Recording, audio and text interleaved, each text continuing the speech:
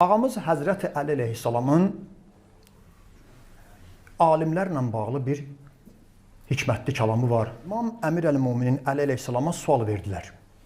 Sual budur. Ağa, sizin övladlarınızdan sonra, yəni Əhl-i-Beyt imamlarından sonra ki, onlar hidayət çırağıdır, bizə yol göstərən onlardır. Ən üstün şəxslər kimlərdir? İmam buyurdu, alimlərdir. Əgər salih olsalar, əməli salih olsalar. İmama sual verirlər.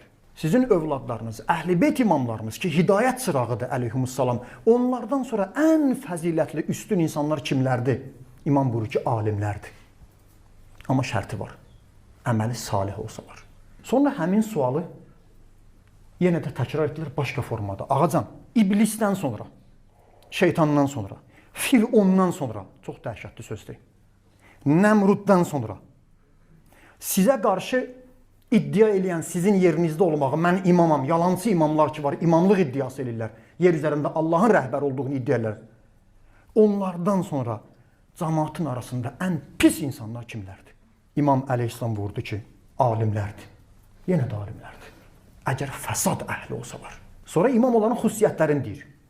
Niyə bunlar fasiddirlər? Özünə alim adı qoyan. Belə olar. Gör imam nə deyir?